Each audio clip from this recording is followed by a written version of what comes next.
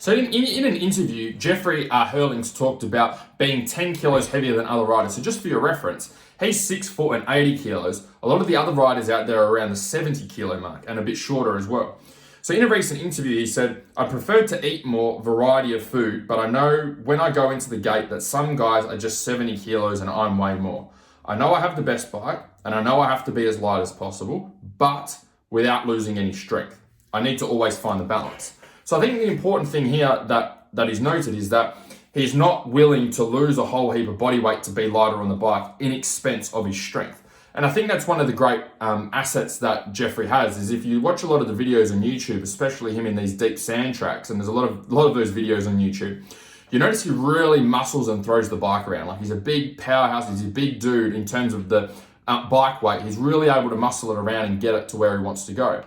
And I think that's what makes one of the parts of him as a rider that makes him so great and so fast is that he's not willing to compromise on body weight. He's not willing to lose 10 kilos and get to 70 kilos and be weaker because he knows that he performs better when he's stronger.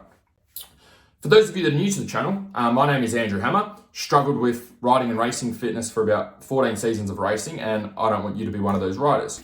So first of all, the benefit of strength work that Jeffrey has obviously clearly picked up is that he's got a bike which is 100 kilos, or a little bit more, a little bit less, and then he's got his rider weight. So he's 80 kilos.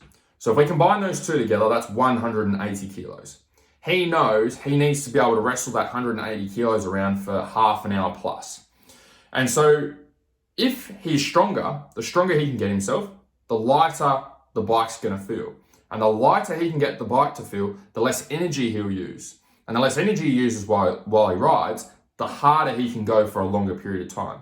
So for him to try and drop body weight and drop strength at the same time, yeah, he might be 10 kilos lighter on the bike, and that might make the bike go a bit faster, but he knows he's not going to be strong enough to wrestle the bike around for the length of time that he needs to. So you're probably wondering, like, one of the interesting things he said, it's finding a balance between the right body weight and adequate strength. So you're probably wondering, like, how do you find that balance for yourself, and how do you get stronger without getting a whole heap bigger? 3 ways to get stronger without getting heavier. First of all, use multi-joint movements. Okay, so multi-joint movements are movements which use multiple muscle groups in one exercise. So an example of this would be like a back squat, or a deadlift, or an overhead press, or a bent over row. There's multiple joints being used. So if I do let's do a bench press from here. If I'm doing a bench press, I've got the shoulder joint and the elbow joint both working together. If I quickly jump up here and I do a squat, I've got my hips and my knees both bending. That's why they're called multi-joint movements. And what this means is when you're lifting, you're spreading the load through multiple muscle groups from head to toe over your body, exactly like you are when you go and ride. If you go into the gym and you're doing like a lot of bicep curls, which is a single joint movement, okay, there's only one joint moving, then what that means is we're isolating a muscle. And the body doesn't work like that on the bike. We don't isolate muscles on the bike. We've got everything working together as a system, and that's why riding and racing is so hard. So there's some movements that you can start off with the barbell. Second thing, so that's first way to get strong. Second way is, if you want to get stronger without gaining weight, you just got to be careful with the amount of calories that you put in. And so I don't have the interview quotes included, but in that same interview, he was talking about making sure he gets the right amount of calories in and not overeating or over-consuming calories, because he'll start getting heavier, because if he ate every time he felt hungry or felt like eating some food. So a common mistake that comes up with weight training and training in general is people will train. And so what happens when they train, your metabolism speeds up and you burn more calories. When you burn more calories, you also feel a little bit hungrier. So when you feel a bit hungrier, you tend to eat more food. So if you haven't changed your diet, or you're not paying attention to how many calories are going in, what happens is you might elevate your training, but you also elevate your calories subconsciously without even knowing. Okay, you don't get full as quickly when you eat. You might be eating more frequently, or you're having bigger portions. The thing is, we don't even know we're doing this. It just starts to happen as we start to get a little bit hungrier and our body's demanding more energy.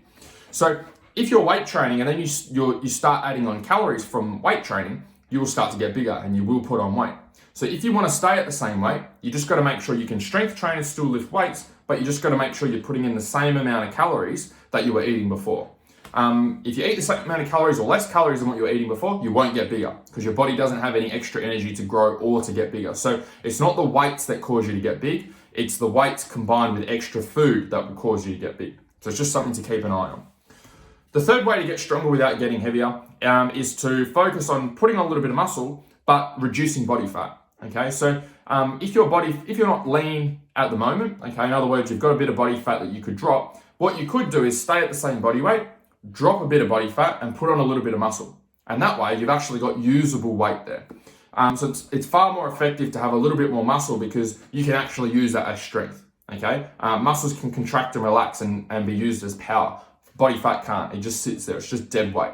So anytime we can get rid of body fat and increase our muscle and stay at the same weight, it's going to help improve your performance on the bike.